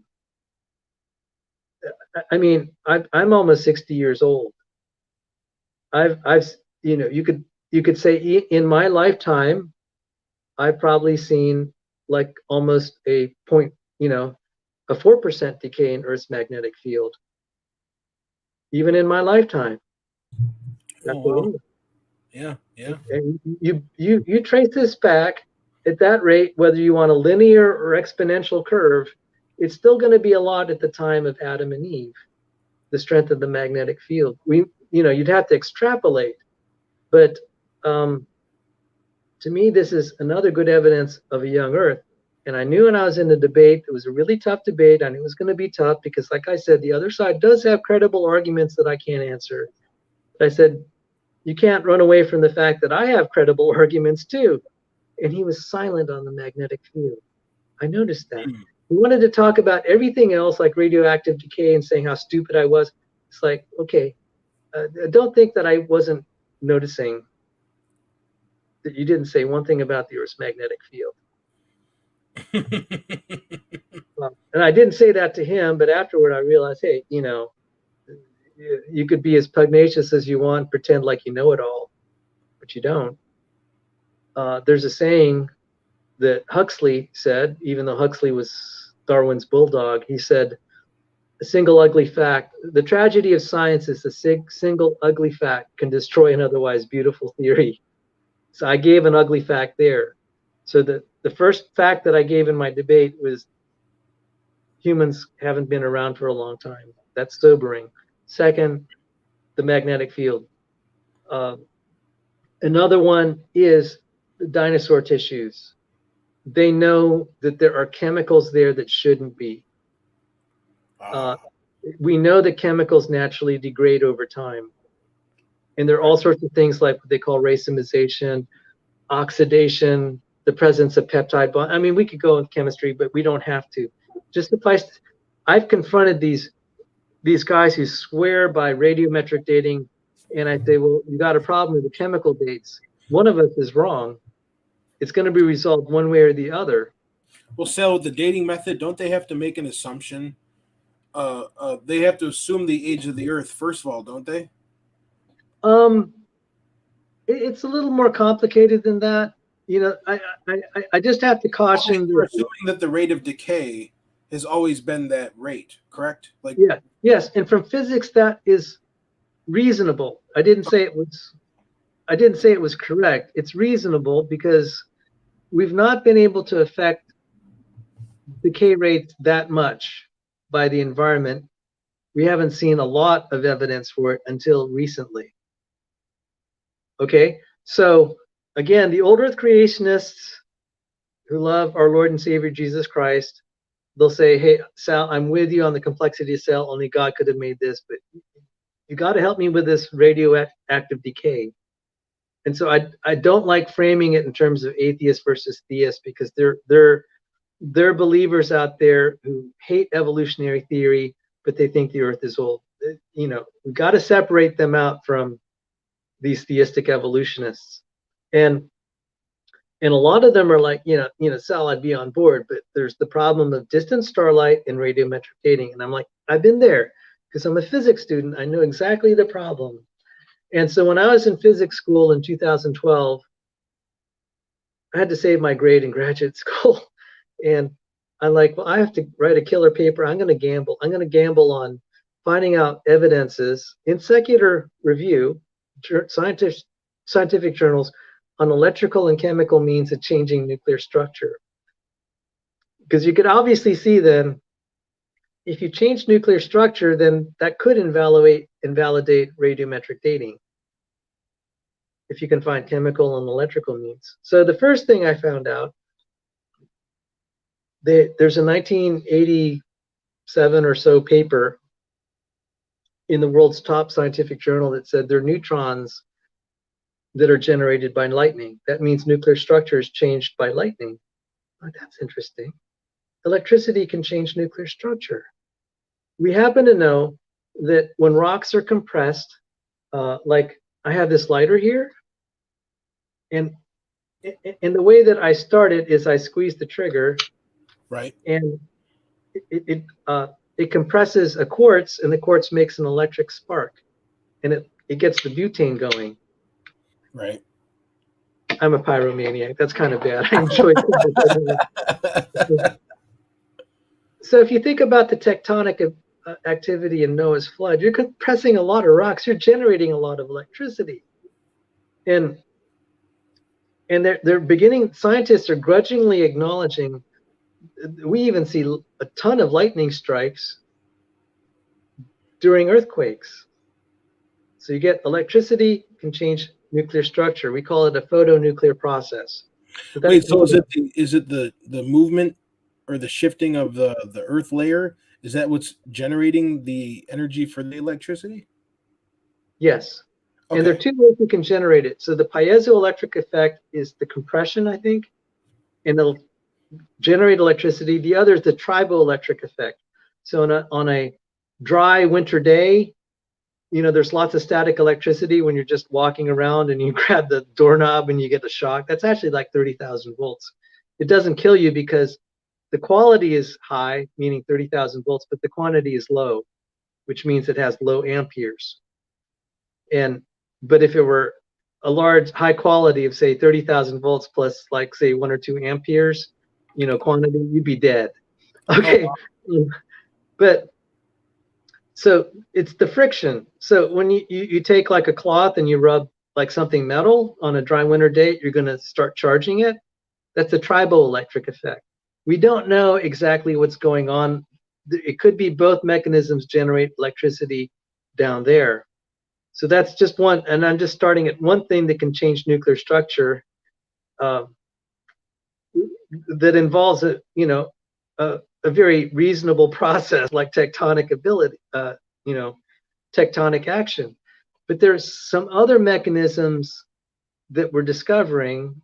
We're finding lower and lower energy means, and it's been a long time that they have dismissed low energy nuclear reactions, what they call cold fusion. But just bear with me a moment. I've already proven, given evidence, that you can have photonuclear processes naturally that change nuclear structure. That already starts to make it like, you can't assume that the proportionate parent and daughter products is automatically the result of radioactive decay. It could be something else that has created that. We found another process called quantum attraction. This was done by Adamenko and Vostoysky in Ukraine, and I read the paper in Russian.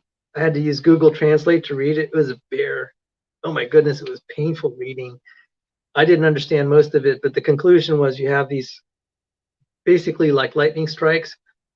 You can transmute, you can change one element to another, like alchemy.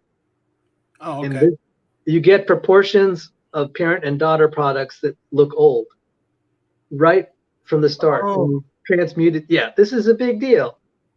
So the photonuclear process, then this quantum attraction with high electricity. But I said, let's see if we can make this even lower. And the reason we have like these hydrogen bombs that have to be initiated with very high temperatures using a fission bomb, kind of like the Hiroshima bomb. It's a fission bomb. It generates a lot of heat, and then that's directed to make a hydrogen bomb. You set one of those off inside a hydrogen bomb. The hydrogen bomb will focus all that energy into, like, I think deuterium or something, or I don't know the chemistry off the top of my head, but it'll cause two positive nuclei to collide with each other, and when they get close enough, the strong nuclear force takes over, and when they merge, it's going to release energy. It's fusion, hot fusion. Right.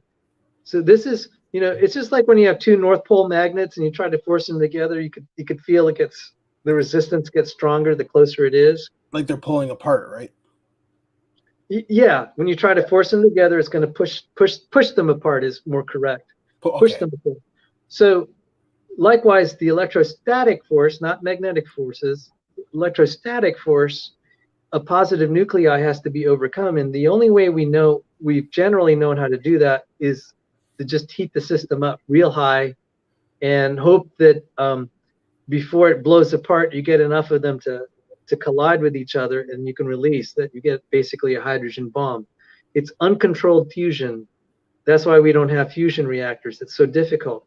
But they said, well, maybe there's a way that they can come together, and we don't know it, but maybe we can get the nuclei to come together, and we can cause fusion at lower temperatures.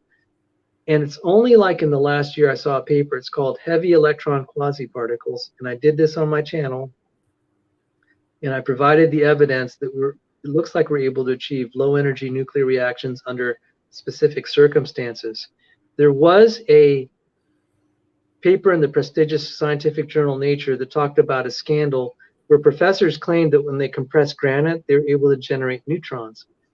Given what we know about these heavy electron quasiparticles, it may be possible that simply compressing granite is going to change nuclear structure. Oh. This is a game changer. I want to go publish and tell the young Earth creationists, why don't you look at this? Why don't you experiment? And if, not them, why don't you pay me and we'll build the experiment? You want to fund this, we could have a lot of fun. Try to compress granite and repeat this experiment. Some of the faculty at this university in Italy were so mad at the researchers that did this. By the way, they weren't young Earth creationists. They're just curious. They're claiming they're getting neutrons in this compression event. I said, why don't we just repeat it? Well, it got shut down in Italy because people thought that was such a crank idea. And I'm like, I don't think so, because there are other laboratories that are getting, that are having relevant experiments toward this. So what you'll hear on other channels and other creationists, they'll be talking about accelerated nuclear decay. And I'm just like, guys, I think for one of the few times I'm going to say maybe the evolutionists have a point in saying maybe that's not a good mechanism because you're going to incinerate the Earth.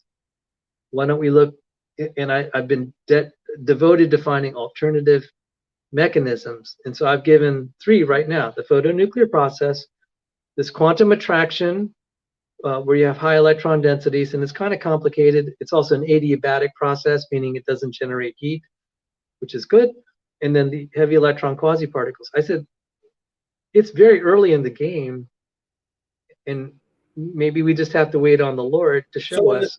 So, Sal, when the granite is being grinded or changed like that, so you're saying it can appear to be older than what it actually is, right? It's possible. Okay. We need to carry out more experiments, and the mainstream is, they've attacked cold fusion and they've attacked this experiment. But what I've seen happen is you get more and more credible laboratories that are weighing in on this and saying, we can't run away from the evidence. We think we've had this reaction. And now it's gotten to the NASA Glenn Research Center in Ohio, where they've been having lower and lower temperature fusion events at lower energies. And like, okay, now you're getting NASA involved, and that's a very respected outfit. And there's experiments at the University of Maryland with lower energy lasers. So the way we measure energy, okay, the photon energy, each photon has a certain amount of energy. So the photons coming out of my light bulb here have an energy of, like, say, less than 10 electron volts. So just so you know what an electron volt is, electron volt is a very small measure of energy. So an energy is usually measured in watt seconds. A watt second is equal to a joule. Okay, so you could convert watt seconds into kilowatt hours, and that translates into your electric bill. So a kilowatt hour is a large amount of energy. So you, instead of a kilowatt, which is 1,000 watts times an hour, you know, so you're running like, it's basically like running your heater. A small amount of energy is like 1 watt second. So that's like turning on your flashlight for 1 second. If you take an even minuscule amount, the unit we customarily use is electron volt. So one individual photon of light, visible light, is about on the order of 1 to 10 electron volts. X-rays are like in the tens of thousands of electron volts. Gamma rays are in the millions. So the lightning strike that's creating neutrons, it's also creating isotopes, it's also creating antimatter, positrons. This was a 2017 paper. That is in the million electron volt range. The later experiments that are credible that were done by NASA and other outfits is in the 10,000 electron volt range. And then these later experiments in cold fusion are on the order of 10 electron volts. And when it gets down to there, you can now hypothesize a tectonic activity, like say associated with Noah's flood, could generate the isotopes in the parent-daughter configurations we're talking about. And now we have a testable hypothesis. I said, all you have to do, I mean, it's easier said than done. If we could just simulate taking a rock that looks, that we confirm we know the parent-daughter proportions, we run it through compression or electricity, and then we make it look old by, you know, not really very complex techniques, you know, simple like hammering at it, so to speak. Yeah. But what are you going to do now? And there's an anomaly there that they don't like to talk about. Most of the uranium is not on the Earth. It's concentrated on the continents. The seafloor doesn't have uranium by comparison. There's 70 times more uranium on the ground that's above water than on the seafloor. That doesn't make sense. If they said uranium came from a supernova, it's like, well, then why is it on the continents and not on the seafloor? Shouldn't it just be spread all over the Earth? I'm just like, yeah, you know, that's problematic.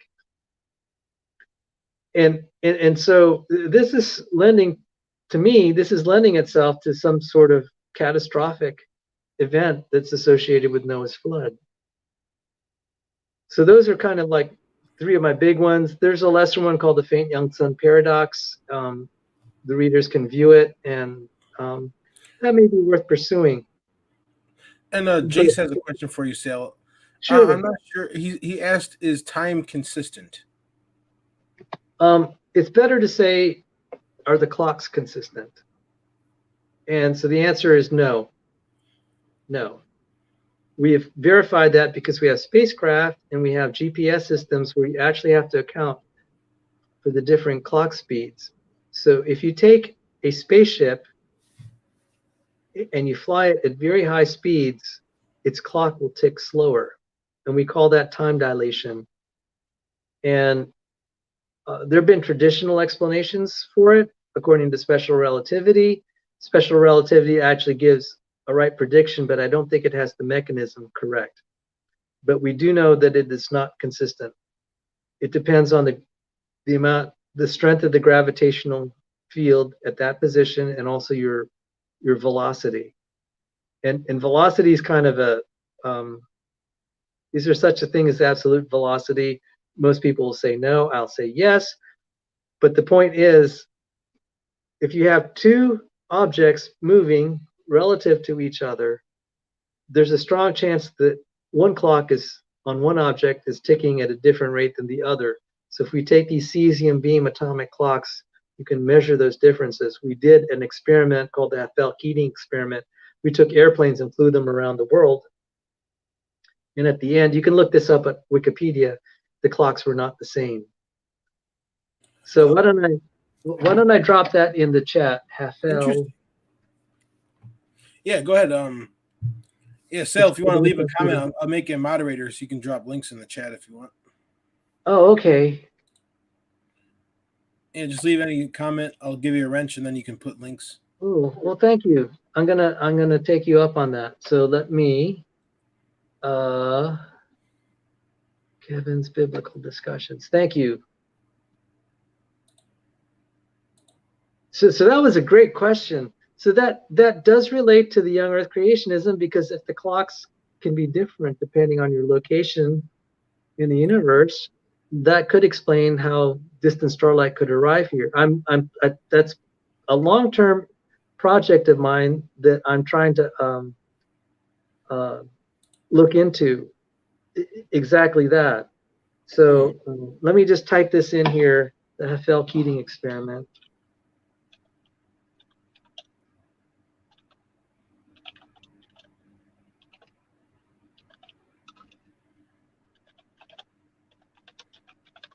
On differing clock rates. Paul says Graham ages quicker than we do. Yeah.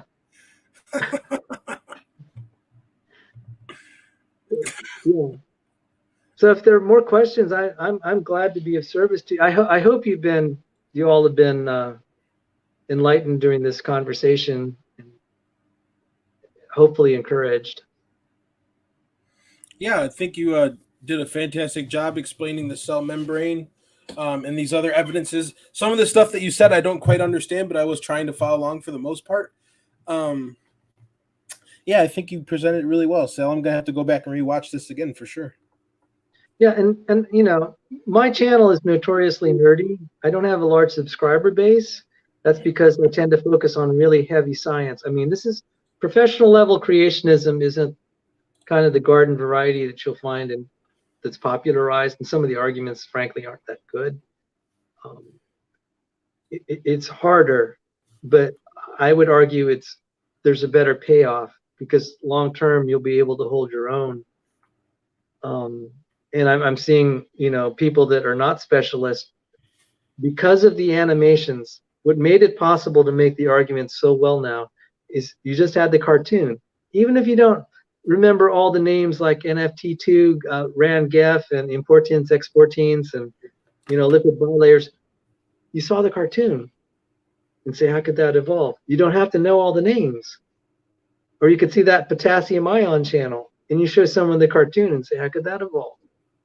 And if they're intellectually honest, they'll say, well, I don't know. That looks kind of hard if they're intellectually honest, you know?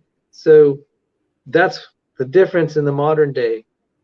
We know that complexity is felt a lot more, and we also have animations that make it easy to understand the essential point, that this is so complicated and well put together. A little bit of deviation, it's not going to work, and you're dead. So where I was headed with that, you said you didn't understand some of it. Well, you know, there's gonna be a learning curve. You have learned. I'll tell you, what we covered today is already graduate level biochemistry and cellular biology. And we, you know, it's like sometimes you have to make that jump. But look, this is less than 2 hours. You know, I tell some people, it's like, you know, could you give a day of your life? I tell you, if you give 3 days of your life to studying this, you're going to be a very good creationist. Because God did not intend that it be so difficult that you can't learn it. You know, in the 21st century, when you have all these videos and cartoons. So to that end, to help in this process, we're actually, I and a colleague are building a website. We're going to just give links to the videos that you had. There's going to be evidenceandreasons.org just to help facilitate. It's like, hey, can you walk me through the basics? What are your, just like what you asked me, what are your best arguments? And you'll be there. I might give a little talk, you know, just a little text blurb or whatever, and say, now click this link, watch it for 2 minutes. Like I showed you the potassium ion channel. Yeah, yeah.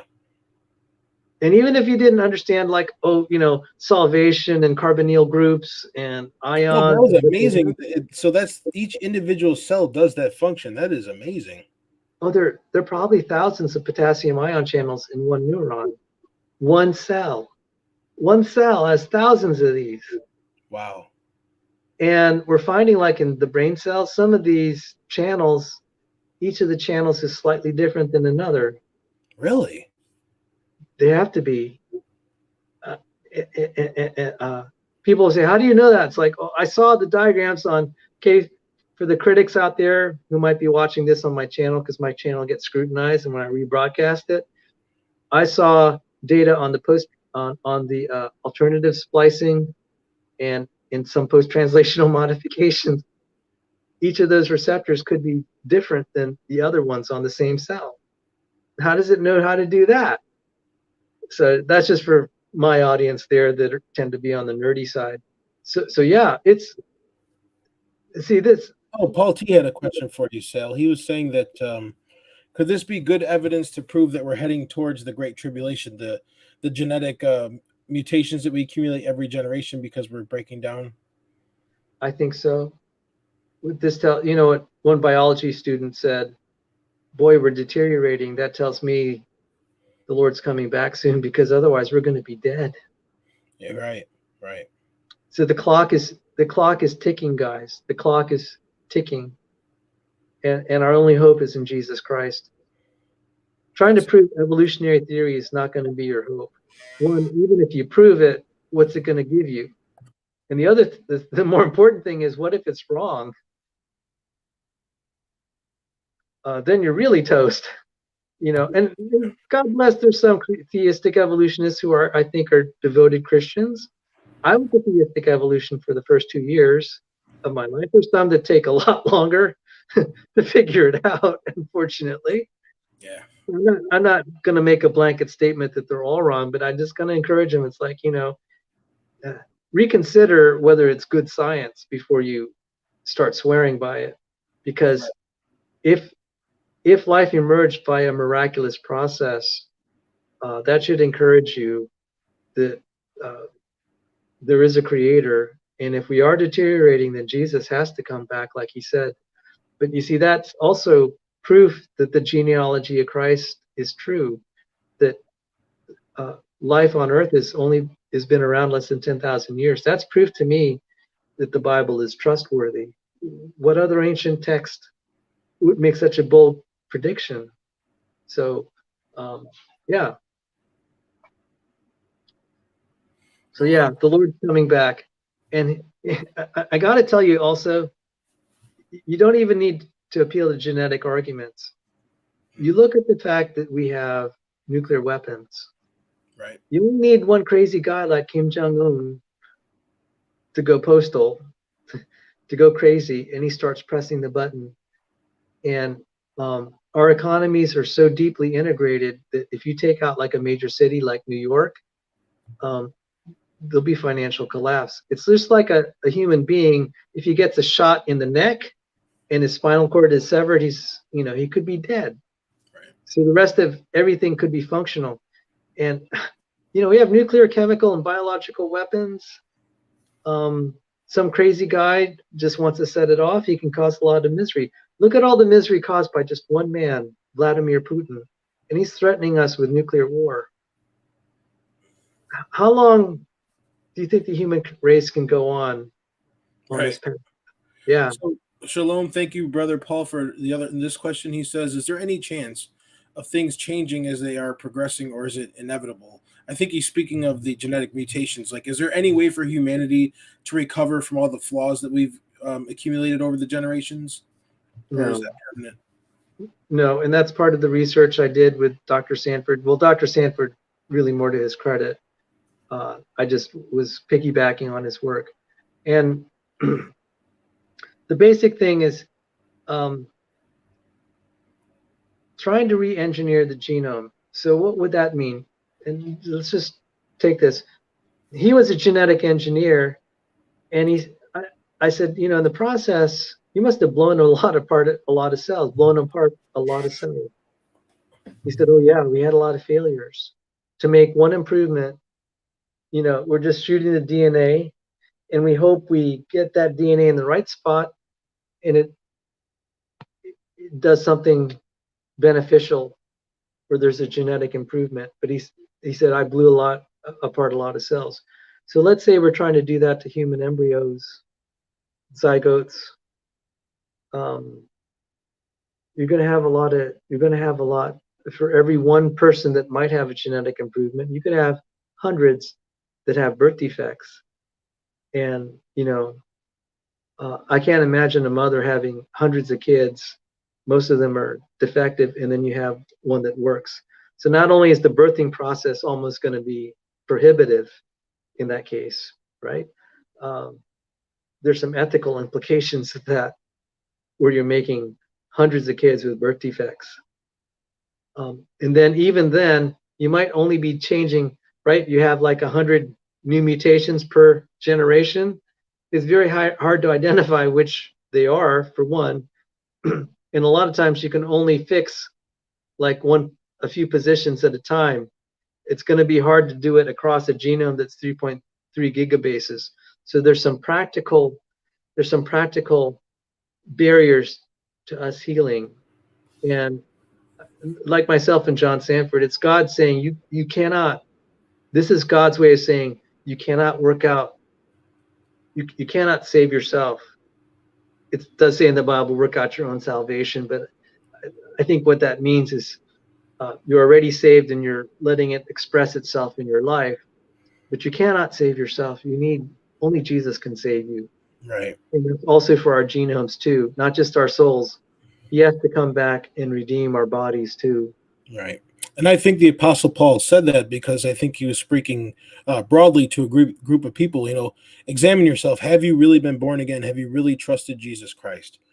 And Brother Graham Gould said he had a question for you. He says, what do old earth creationists do with biblical evidence for a young earth? Example, Adam was 6-day and chronologies. Well, since I was an old earth creationist, I said, I'm going to leave that to the theologians. Meaning, I said, I don't know. I read the Bible, and it's like, that looks like it's a 6-day creation and recent. And I said, well, there are lots of passages in the Bible I don't understand either, that are really hard.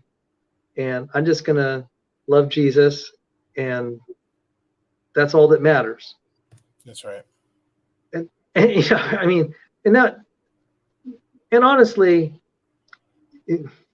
I've met some pretty nasty young earth creationists. Yeah. Well, the age of the earth isn't a salvation issue, but it's nice if an atheist or a skeptic or someone out there, they're asking questions. They're saying, well, the earth can't be this age, or evolution is proven true. If we could have answers to give them to, anyone that's actually honest, not just like a dogmatic atheist that doesn't care, but someone that's actually honest, and you give them an honest answer and it gives them something to ponder. I think God can work through that. Yeah. So Graham said biblical evidence, and I just got to say, there are a lot of Christians that want to believe the Bible and think it's inerrant, and they're challenged by the data they have in hand.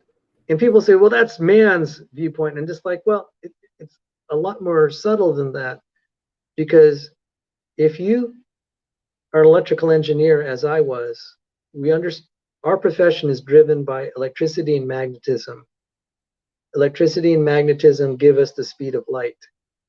I had to study electromagnetic theory, and electromagnetic theory says the speed of light is constant, and if the stars are that far,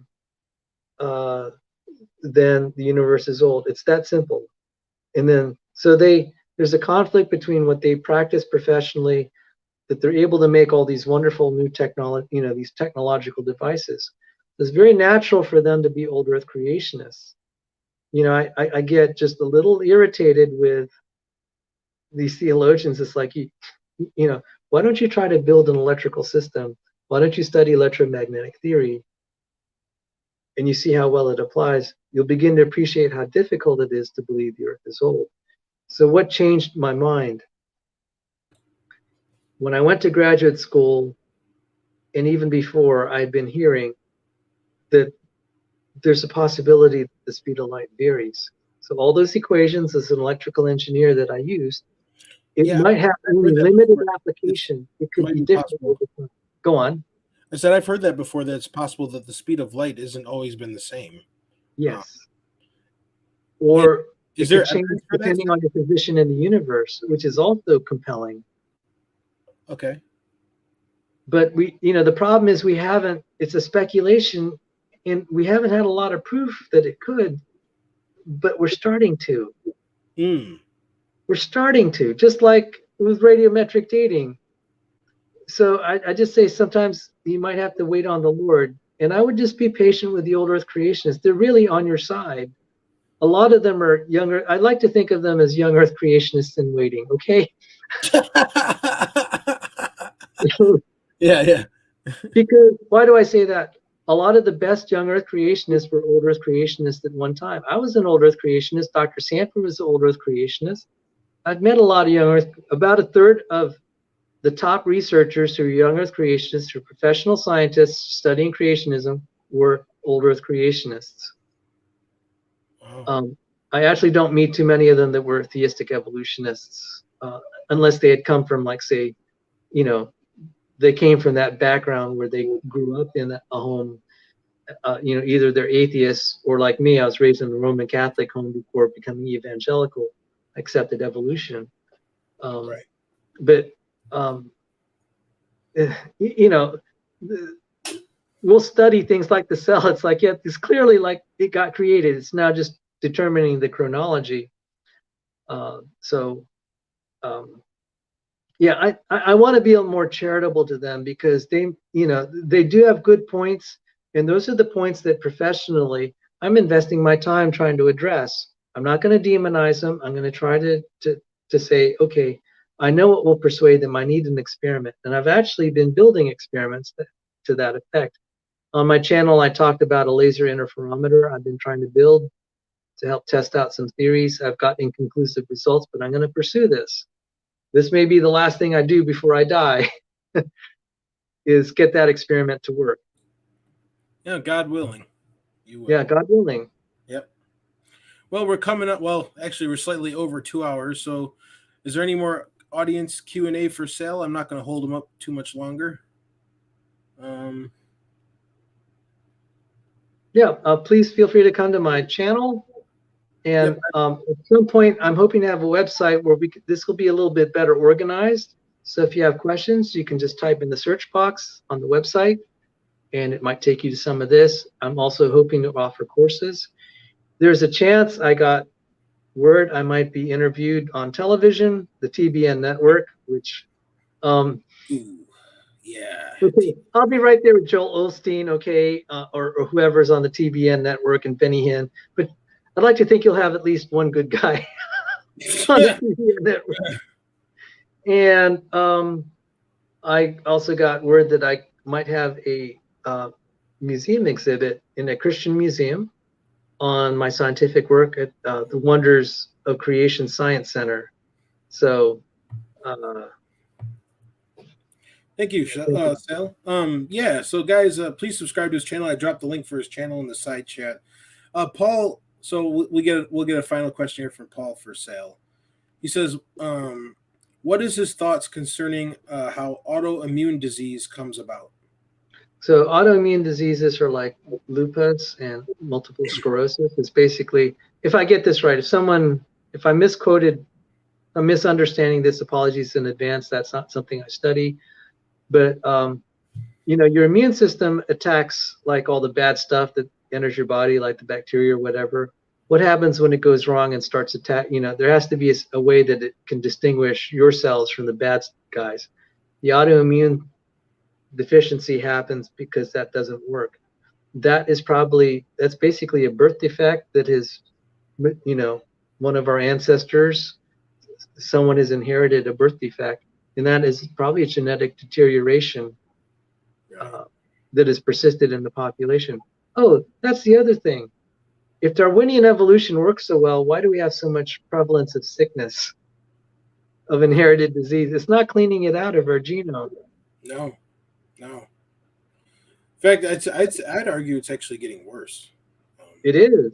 Yeah. Oh, by the way, guys, I tell the evolutionists this is a testable hypothesis, and I'll never forget. I was on a debate with Dr. Daniel Stern Cardinal. He and I are in good terms, but I'm sorry to have, every now and then I have to kind of just say, hey, we disagree, and I think I got a good point here. I asked him in the debate, I said, can you name one major geneticist that thinks the human genome is improving? He gave kind of an evasive answer. I'm just like, yeah, you and I know the score. We're not improving, and you're not going to find any scientist of high rank that thinks we are. And this is a testable prediction. Our genome's going to decay, and may the Lord return soon. Amen. Because otherwise, we're all going to be jellyfish, Yeah.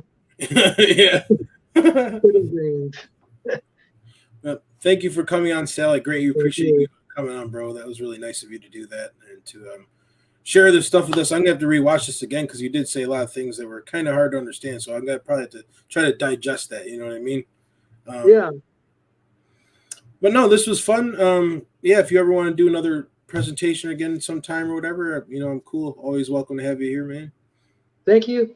And you're welcome to come into my channel or something, or I could rebroadcast on my channel.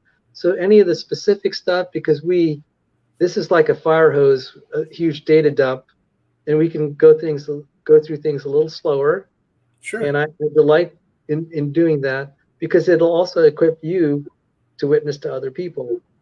And if for nothing else, you don't necessarily have to understand it. We have the internet. If you could just use the links, especially after I build my website, and you start to click on the links you think have helped people the most, that's all you may need to know.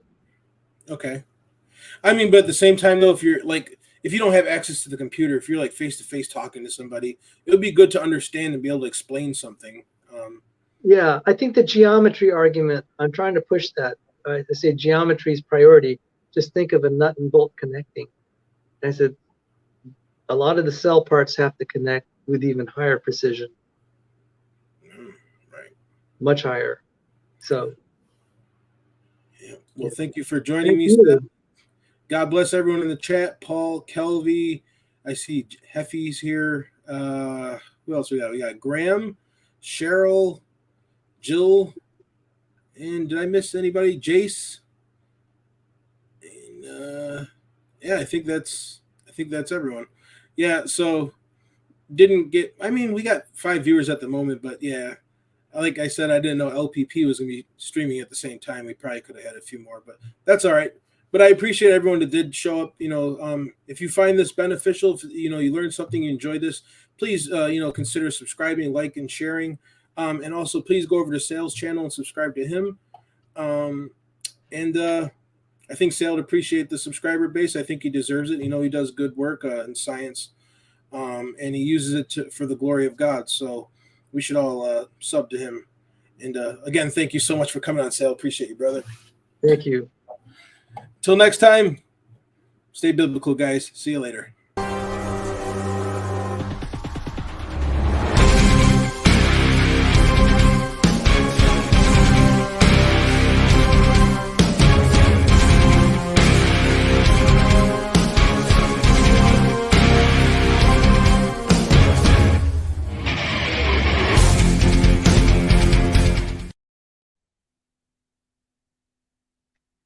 All right, Kevin, thank you so much.